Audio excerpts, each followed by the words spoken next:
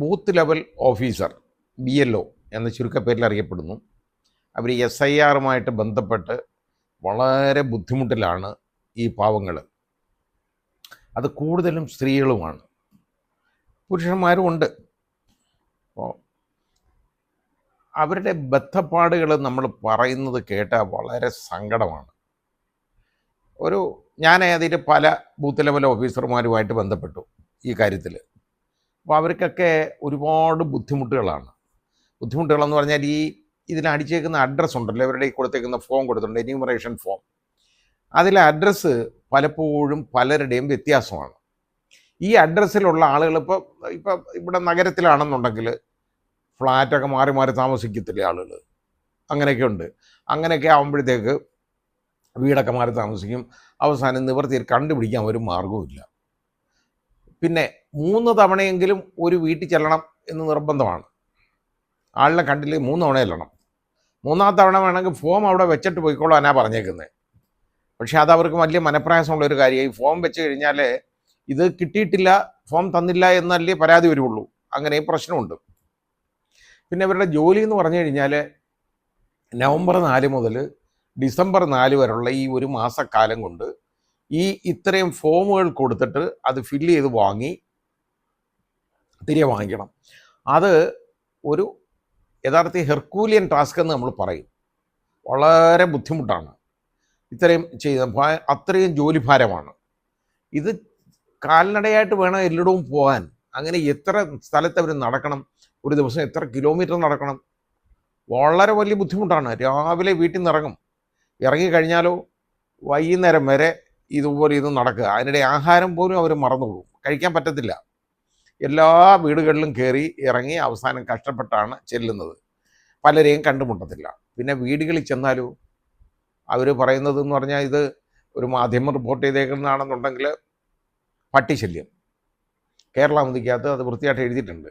പട്ടിശല്യം, പട്ടിയുടെ മാതൃഭൂമിയിലും എഴുതിയിട്ടുണ്ട്. പട്ടിശല്യം പല വീടുകളിലും ഈ പട്ടി കാണും. അത് പട്ടി കടിച്ചാലോ, പട്ടി കടിച്ചാൽ ആർക്ക് പോയി?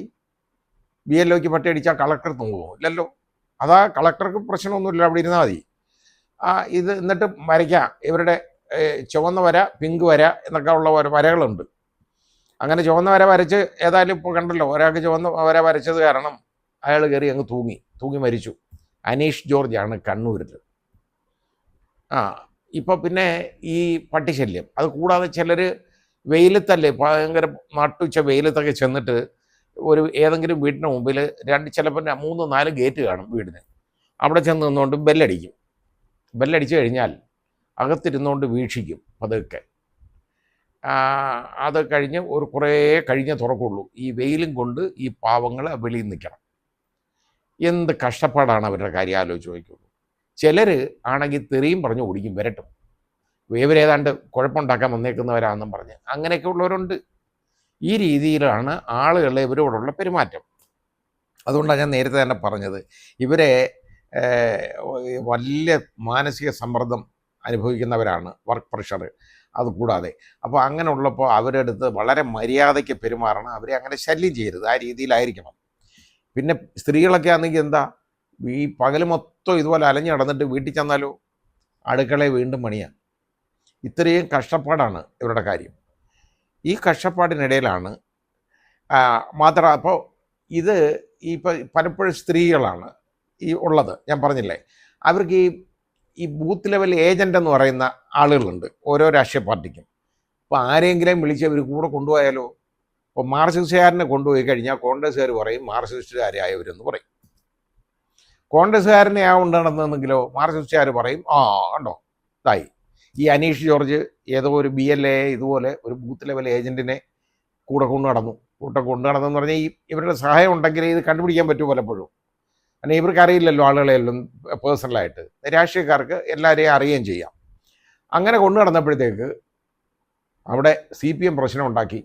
ഇയാൾ മാർക്സിസ്റ്റുകാരൻ അല്ല, ഇവർ കോൺഗ്രസ്സുകാരനാണ് എന്ന് പറഞ്ഞായി. ഇവർക്ക് കോൺഗ്രസും കമ്മ്യൂണിസ്റ്റും ഒന്നും അല്ല, അവരും മനുഷ്യരാണ്, പാവങ്ങൾ. അവർ ജോലി ചെയ്ത് തീർക്കാൻ വേണ്ടിയാണ് അവർ സഹായം ഒരാളുടെ എടുക്കുന്നത്. ആ സഹായം പോലും ഇപ്പോൾ എടുക്കാൻ വയ്യാത്ത വിധമായി. ഇത്രയാണ് ബുദ്ധിമുട്ടുള്ളത് അവരുടെ ബുദ്ധിമുട്ടാണ്. അങ്ങനെ ആ മാനസിക സമ്മർദ്ദം താങ്ങാൻ വയ്യ. ഒന്നും ചെയ്യാൻ പറ്റുന്നില്ല. അവസാനം ആ 44 വയസ്സുകാരൻ ഒരു കണ്ടുപിടിച്ചത് തൂങ്ങി മരിക്കുക എന്നുള്ളതാണ്.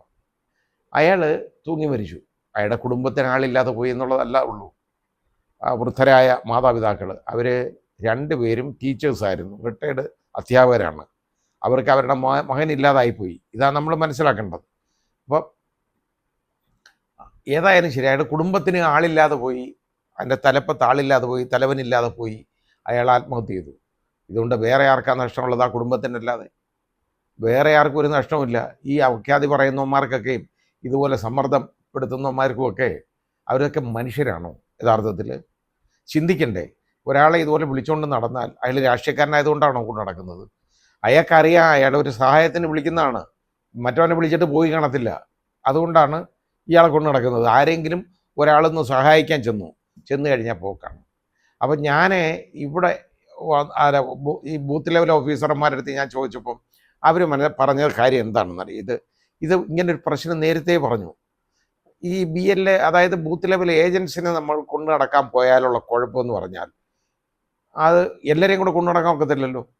ആരെങ്കിലും കൂടെ വന്നു കഴിഞ്ഞാൽ അവർ നമ്മളെ രാഷ്ട്രീയം കാണും, അതൊരു ബുദ്ധിമുട്ടാണ്. ശരിയാണ്. പിന്നെ വേറെ അല്ലാതെ ഒരു സഹായം ചോദിച്ചു കഴിഞ്ഞാൽ പെൺകുട്ടികളെ വിട്ടുകൊടുക്കും. ചെറുപ്പക്കാർ പെൺകുട്ടികളെന്ന് പറഞ്ഞാൽ കൗമാരപ്രായം കഴിഞ്ഞ പെൺകുട്ടികളാണ്, 10-20 വയസ്സുള്ള പെൺകുട്ടികൾ. അവരെ കൊണ്ട് നടക്കുന്ന ബാധ്യതയും കൂടെ ഇവർ ഏറ്റെടുക്കണം. അതാണ് പ്രശ്നം. വളരെ ബുദ്ധിമുട്ടല്ലേ ഇത്? ഈ രാത്രിയൊക്കെ കൊച്ചുങ്ങളെ കൊണ്ട് നടക്കാൻ പറ്റുമോ? രാവിലെ 7 മണിക്ക് വീട്ടിൽ നിന്ന് ഇറങ്ങിക്കഴിഞ്ഞാൽ രാത്രി 8 മണി 9 മണിയാവും വീട്ടിൽ തിരിച്ച് വന്ന് കയറാൻ. പിന്നുള്ള അടുക്കള പണിയും. ഇതൊക്കെ ഈ വർക്ക് പ്രഷർ അവർക്ക് താങ്ങാൻ പറ്റുമോ? ഇന്നിപ്പോൾ എല്ലാവരും ജോലിയിൽ നിന്ന് BLOമാർ, കേരളത്തിലെ എല്ലാ BLOമാരും ജോലിയിൽ നിന്ന് വിട്ടു നിൽക്കുകയാണ്. കാരണം അനീഷ് ജോർജിൻ്റെ ആത്മഹത്യക്ക് അതിന് യഥാർത്ഥത്തിൽ ഒരു പരിഹാരം വേണ്ടതാണ്. അയാളെ ഈ സമ്മർദ്ദപ്പെടുത്തിയ ആളുകൾക്കെതിരെയൊക്കെ കേസെടുക്കണം. ആത്മഹത്യാ പ്രേരണ കുറ്റം അതിനകത്തുണ്ട്. കാരണം ഇയാൾ ആത്മഹത്യ ചെയ്യാൻ കാരണം ആ ജോലിയുടെ സമ്മർദ്ദം മൂലമാണ്. ആ സമ്മർദ്ദപ്പെടുത്തതിൻ്റെ ഇടയിൽ അയാളെ രാഷ്ട്രീയക്കാരനാണെന്ന് പറഞ്ഞു. അയാൾക്ക് ആകെപ്പാടെ ബുദ്ധിമുട്ടായി. അയാൾക്ക് ആ ജോലിയൊന്നും ചെയ്ത് തീർക്കാൻ പറ്റുന്നില്ല. ഈ 1 മാസം കൊണ്ട് ഈ പാവങ്ങൾ ഈ ജോലി എങ്ങനെ ചെയ്ത് തീർക്കും? വലിയ കഷ്ടമല്ലേ അവരുടെ അടുത്ത് ചെയ്യുന്നത്? ഇത് കാരണം അതിൻ്റെ പീരീഡ് യഥാർത്ഥത്തിൽ നീട്ടി കൊടുക്കേണ്ടതാണ്. ഈ കാലാവധിക്കുള്ളിലുണ്ടല്ലോ ഈ ജോലി ചെയ്ത് തീർക്കാൻ പറ്റത്തില്ല, ബുദ്ധിമുട്ടാണ്. അപ്പോൾ അവർക്ക് മഞ്ഞ വര, ചുവപ്പ് വര, പിങ്ക് വര എന്നും പറഞ്ഞ് ഓരോന്നങ്ങ് വരയ്ക്കും. ഈ വരയ്ക്കാനിരിക്കുന്നവന്മാർക്കുണ്ടല്ലോ വരച്ചാൽ മതി. ഈ പാവങ്ങളാണ് അത് അനുഭവിക്കേണ്ടത്. ഈ വരയുടെ ഗുണം വളരെ കഷ്ടമാണ് അവരോട് ചെയ്യുന്നത്, ദ്രോഹമാണ് ഇത്. അവരെ യഥാർത്ഥത്തിൽ അവരുടെ ഈ സമ്മർദ്ദം ഉണ്ടല്ലോ അത് കുറയ്ക്കണം. അതാ വേണ്ടത് എപ്പോഴും.